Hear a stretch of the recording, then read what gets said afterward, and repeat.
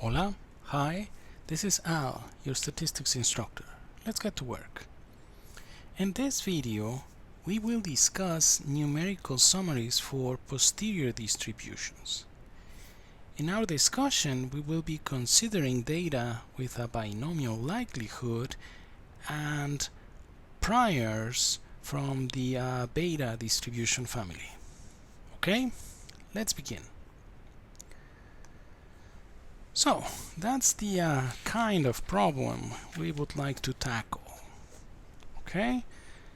Again, clearly, the parameter of interest is a proportion.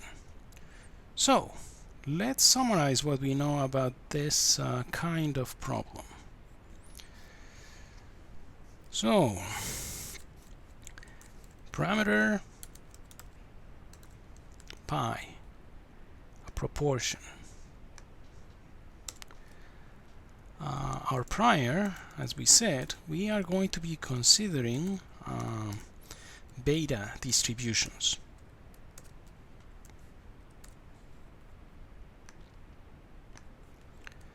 So our prior is going to be proportional. We're going to ignore that constant for the time being. We know that it is fine. So the prior is proportional to pi to the power alpha minus 1 times 1 minus pi to the power beta minus 1. So that's what the kernel of a beta random variable looks like. Likelihood. Information coming from our sample. So we can think about that as the following conditional probability: the probability of observing a particular value for the random variable y given the value of our parameter pi, and that guy, our likelihood, will be proportional to pi to the power y. That would be the number of successes in our sample, and multiplied by 1 minus pi to the power n minus y, so number of failures in our sample. Okay. Then we know that the posterior distribution, which is the conditional probability of pi given the observed data,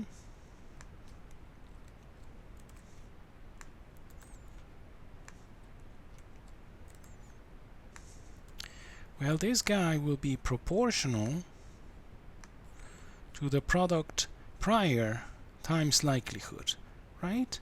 So what we know is that now we are going to have pi to the power alpha plus y minus 1 and we are going to have n plus beta minus y minus 1.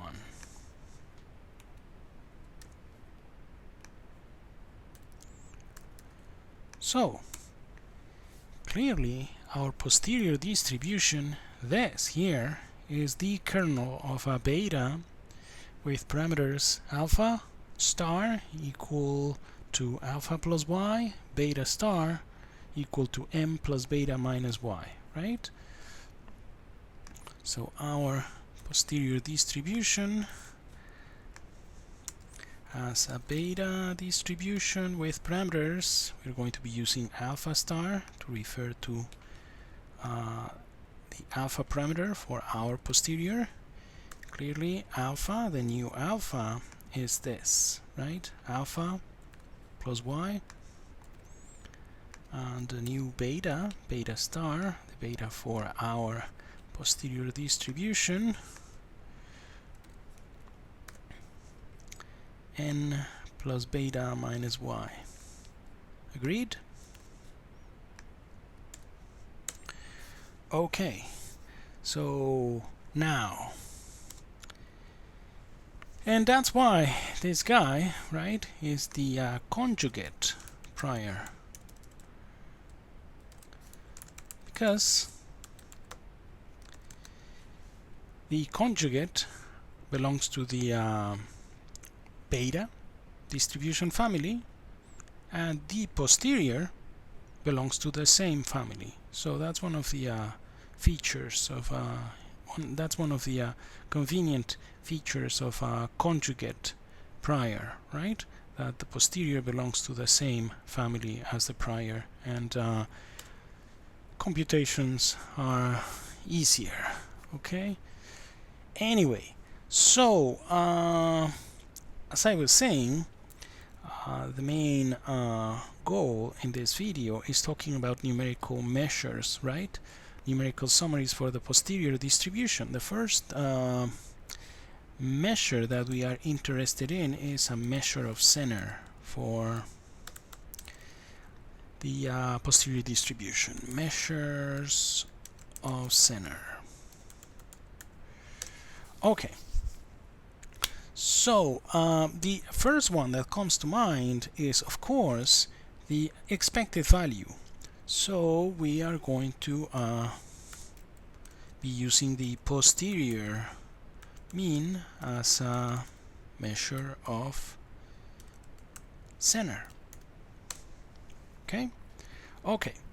So from sta360, right, we know that the expected value for a beta distribution is given by the following formula. Let me write it down for you. It's going to be alpha star, in this case, divided by alpha plus beta star. Okay?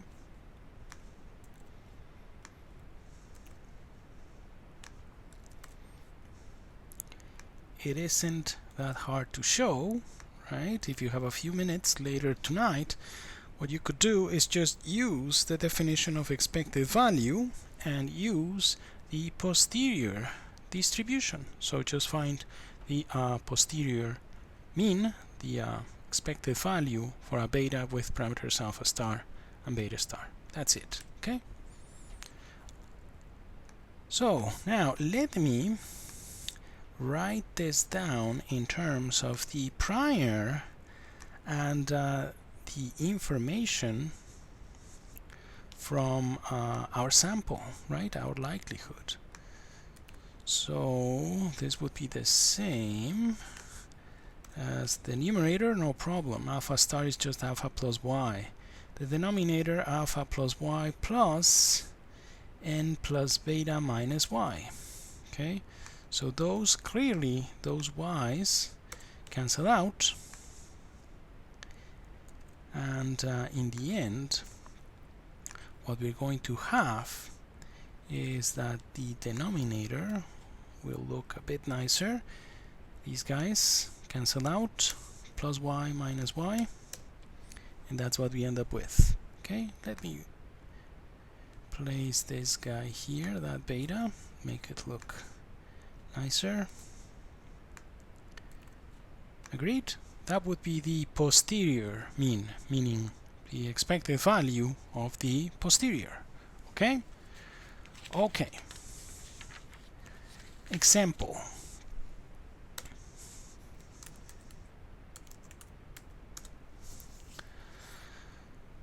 Say that, right, I'm willing to consider as my prior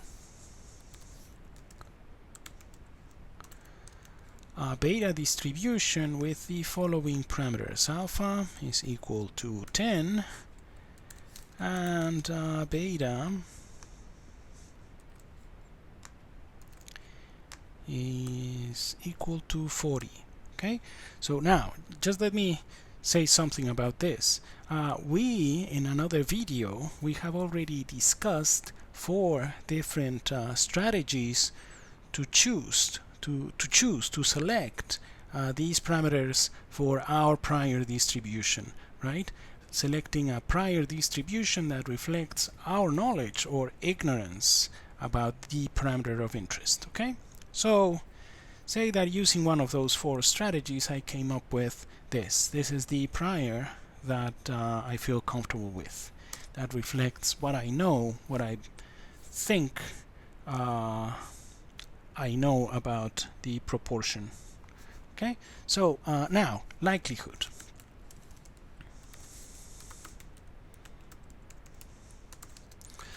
Okay, so say that I collected a sample of size 50 and I observed 7 successes. Okay, make sense? Okay, now posterior. So we know that our posterior will have a beta distribution, right? Since this guy, I forgot to mention that, just to be very specific, our prior has a beta distribution, parameters alpha equals 10, beta equals 40, okay? So we know that this is the conjugate prior, so my posterior will also be a beta distribution. It will have those parameters, right? Meaning that in this case my beta distribution will have the following parameters. Alpha is 10 plus y 17, right? And then I have n is 50, beta is 40, so that's 90 minus 7, 83. Agreed? Yeah? Okay. Nice. So, let me just provide a number that gives you an idea about, if you will, a point estimate for the proportion pi. Okay, so we know that this is the expression for the posterior mean. So in this case, we have in the numerator we have a 17, right?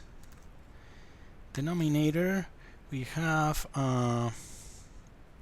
10 plus 40 plus 50, so 50 plus 50, 100, right? So if we wanted just a point estimate for that proportion, we would say 17%. Make sense? Okay. Now, let's talk about the interpretation of that posterior mean. Okay.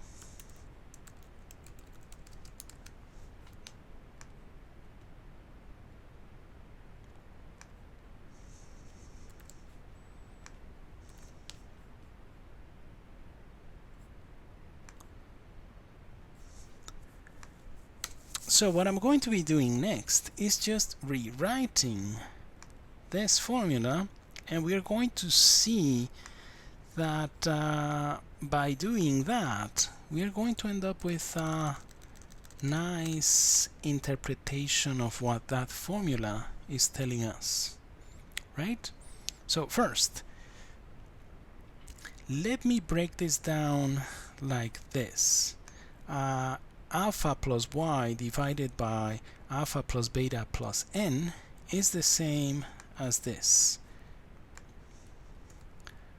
I'm going to separate these guys, okay? Right? Same thing, okay? Now,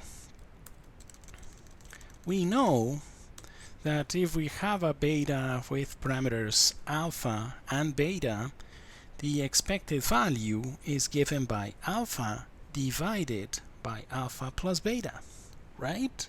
Okay, So now, let me multiply this guy by a very interesting one.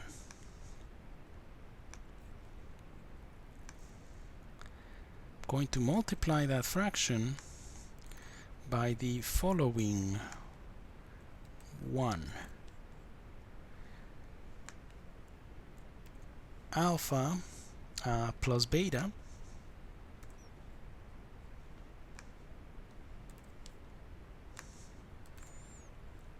divided by alpha plus beta. That's just a beautiful one, and multiplying by 1 is legal, so we haven't changed anything here. Okay, now let's talk about the second term of that sum. Now I'll multiply by another 1. N divided by n is just a 1, right? No problem, I'm not doing anything wrong. Okay, let me place some parentheses here, brackets, make it look nicer.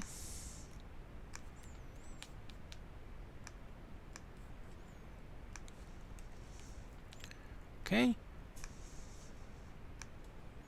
so first we just rewrote this, we broke down the numerator, and then we just multiplied each of these two terms by a1.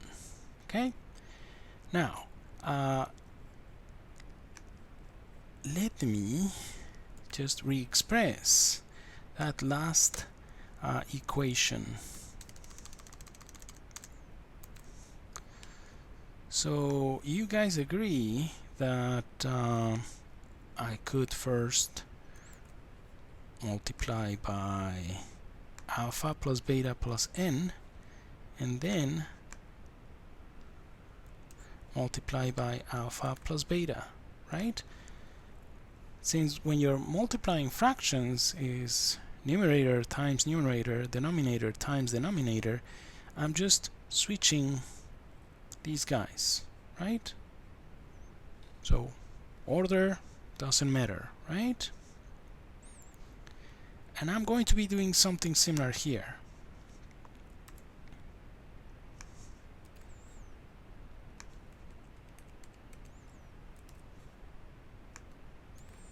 And again, since we're just doing a multiplication, order doesn't matter, right? Okay, but now take a look at that expression.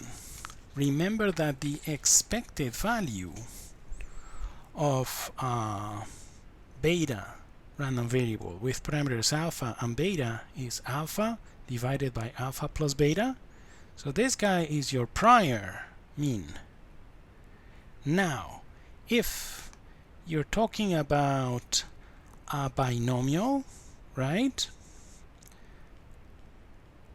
If you're talking about a binomial likelihood, well, if that's the case, y divided by n gives you the number of successes divided by the sample size, right? So y divided by n is basically a point estimate for pi coming from the sample, and you can think about it as a sample mean, right? If you think about y as a sum of n Bernoulli random trials, y is the sum of xi's divided by n, so it's a sample mean. Make sense? So what we have here is something times your prior mean times something, well, something times your prior mean plus something times your sample mean. So what we have here is that the posterior mean is a weighted average between your prior mean and your sample mean. Okay? Okay, now let me just define a new variable. Let W, as in weight, be this.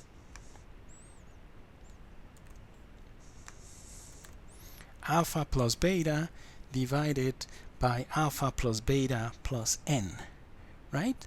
Okay, so furthermore, note that this guy here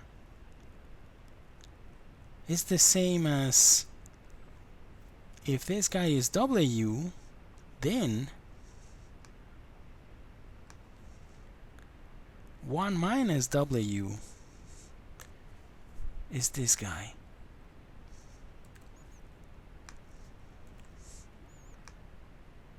Can you see it?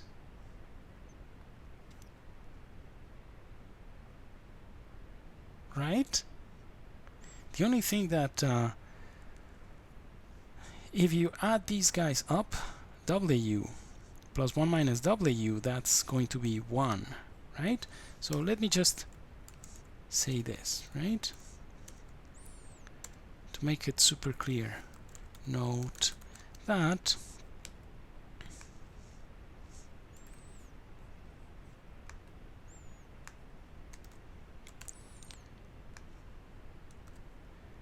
right? This is just a 1. But that's just the same as this plus, right?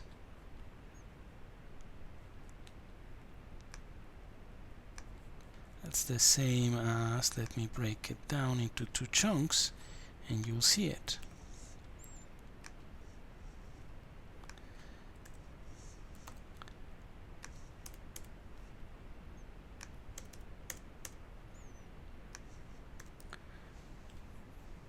Right? This is clearly equal to 1. Then I just break down the numerator, alpha plus beta divided by alpha plus beta plus n. That's this guy, the one that I called W. And this one here is this. That's the complement. So it should be 1 minus W. Make sense? Okay. So anyway, just a comment that we have here. So we can re-express the posterior mean.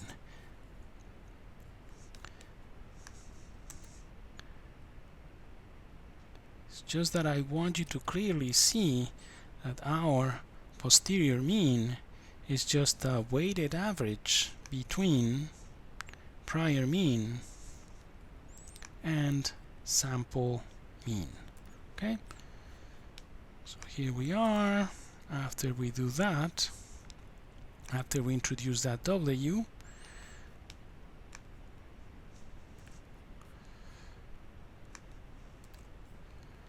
just think about this guy like W.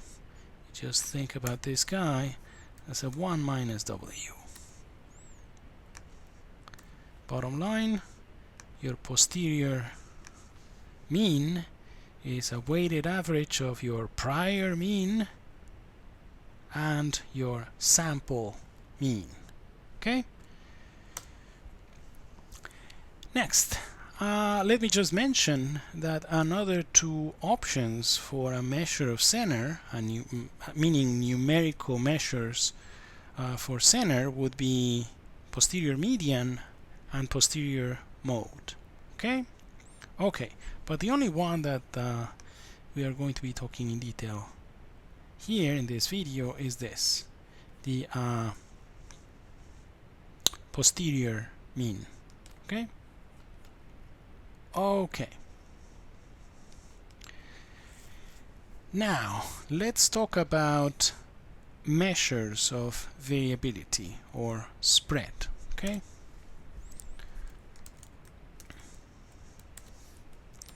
Measures of variability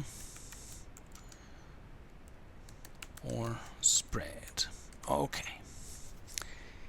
So, if we are going to be using the expected value as a measure of center, it makes sense to use as a measure of variability the variance, right? So since we're going to be using the posterior mean as a measure of center, we're going to be using the posterior variance to come along with it to describe the spread, the variability.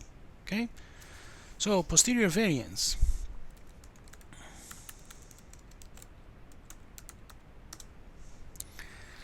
Again, from sta360, right? We know that the variance for beta distribution with parameters alpha star and beta star is given by this, right? It's going to be alpha star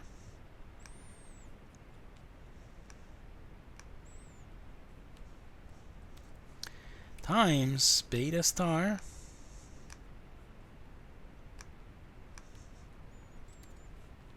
divided by alpha star plus beta star squared.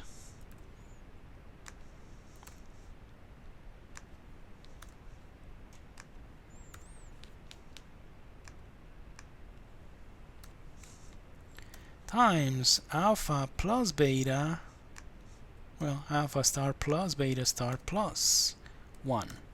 Okay? Makes sense? And as we know again from sta360, right? And it isn't that hard to show. Okay. So, going back to our example, right?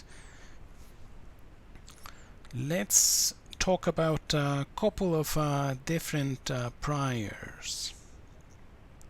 So we have a prior that is going to be beta, a likelihood that is going to be binomial, right? Our posterior will be beta, right? Okay. So, prior number 1. Say that we are considering a non-informative prior. Example. Prior number 1. One possible situation. I choose a non-informative prior, a uniform. But we know that a uniform is the same as a beta with parameters alpha will be 1 and beta 1 as well. Okay? So, prior variance. So the variability before we look at any data, right? Let's use that formula. In that case, since it's a prior, it's not alpha star and beta star, but alpha and beta, right? So let me borrow that formula here, and then it's just alpha.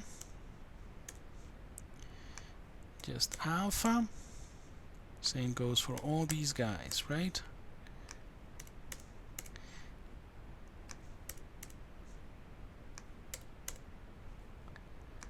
So we know that when we have something like this, non-informative prior, basically what we're saying is, you know, to me, all values between 0 and 1 are equally probable for my proportion of interest. So in this case, the prior variance will be just 1, right? 1 times 1, and then we're going to have 2 squared times 3. So our variance, our prior variance is 1 over 12. Right? Makes sense? And we know that the measure of center, right, that goes along with the variance is the expected value. And the expected value for a uniform 0, 1 is clearly 1/2. Okay. Anyway, so that would be our prior if they want us to provide a point estimate using a uniform, right, a point estimate for the uniform. a measure of center for the uniform is just clearly 1/2. We can see that even from the graph. Okay, anyway, let's now take into account the likelihood. Once we observe data, we want to incorporate that information to our analysis, and then the posterior we know is going to be beta, right? Beta. But now we are going to have alpha star and beta star. Let's find those formulas for alpha star and beta star. We have them here.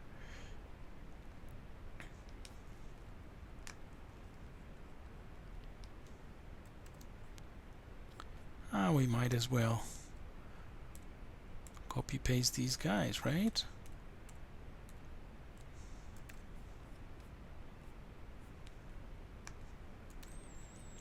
So alpha, right? If alpha is 1 and y is 7, then what we have is 8, right? N is 50, 51 minus 7, right? 44. Agreed? Yeah? Okay. So that means that the posterior variance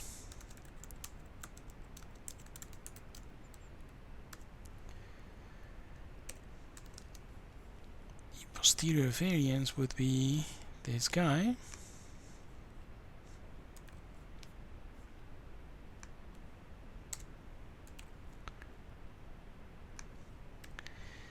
And that guy would be just 8 times 44 divided by 8 plus 44, that's 52 squared times 53, right? Okay, let's find that. So 8 times 44 divided by 52 squared times 53. There we are. So we have roughly 0.002456. Okay?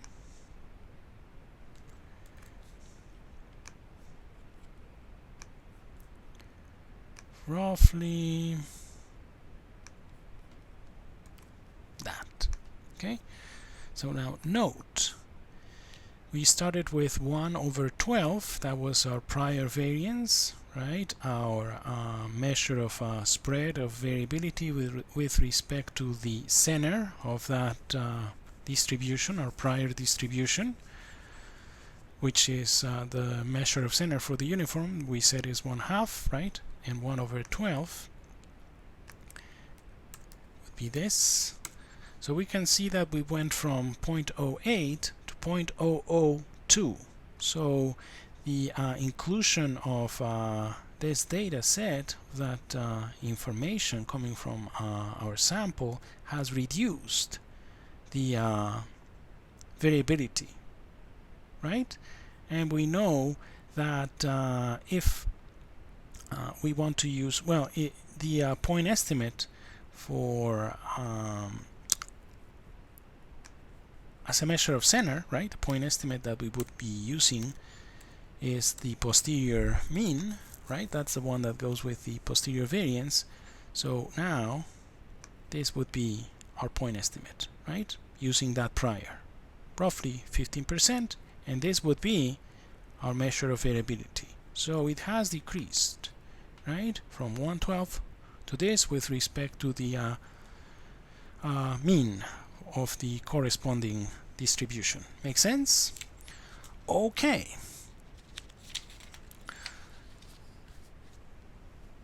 So now let's talk about another way of reporting a numerical summary of spread, right? Another way of doing this would be with equal tail posterior credible sets. Okay, so let me show you something, but just give me a sec so I can find it. Okay, so this is what I wanted you to see, right?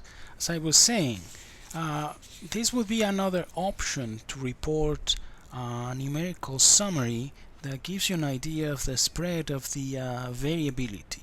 So, and this is what I said, right? That the option would be reporting equal tail posterior credible sets. Okay, so going back to what we had, right?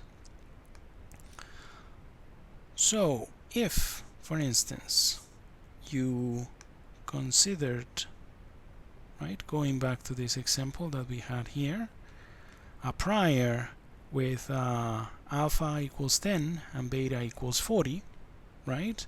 You had this likelihood, a sample size of 50. You observed 7 successes in your sample, right? You know that your posterior will also be beta with these parameters, in this case 17, and beta star will be 83, right? So instead of just providing the posterior mean and the posterior variance as a measure of spread, right? What you could do is report an interval, right? An equal tail posterior interval. They call them credible sets. Okay, so let's just type this, right? This is the command, and let me just mention that we have talked about this before. There's a function q beta, right? Is going to help you find quantiles of a beta distribution. What we're doing here is we're finding the number from a beta distribution with 17, well, with alpha equal to 17 and beta equal to 83, such that it has 2.5% of the observations to its left and 97.5% of the observations to its left, but we're doing it at the same time. Okay, so let's launch R here. Let's just copy this, let's type it. That C command is just concatenating those two numbers that we want.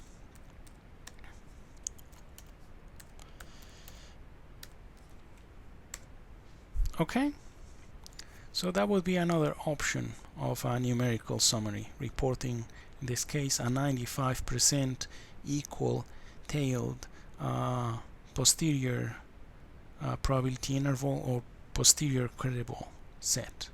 Make sense? Okay, so quick summary so we can just conclude our video. So what we did here today is we talked about numerical summaries for posterior distributions when the likelihood is binomial and we're considering a conjugate prior for that proportion, for that pi, which is the parameter of interest. Okay, so for measure of center, the most typical one is the posterior mean, right? We also said that alternatives are the posterior median or the posterior mode, right? So let's just say that alternatives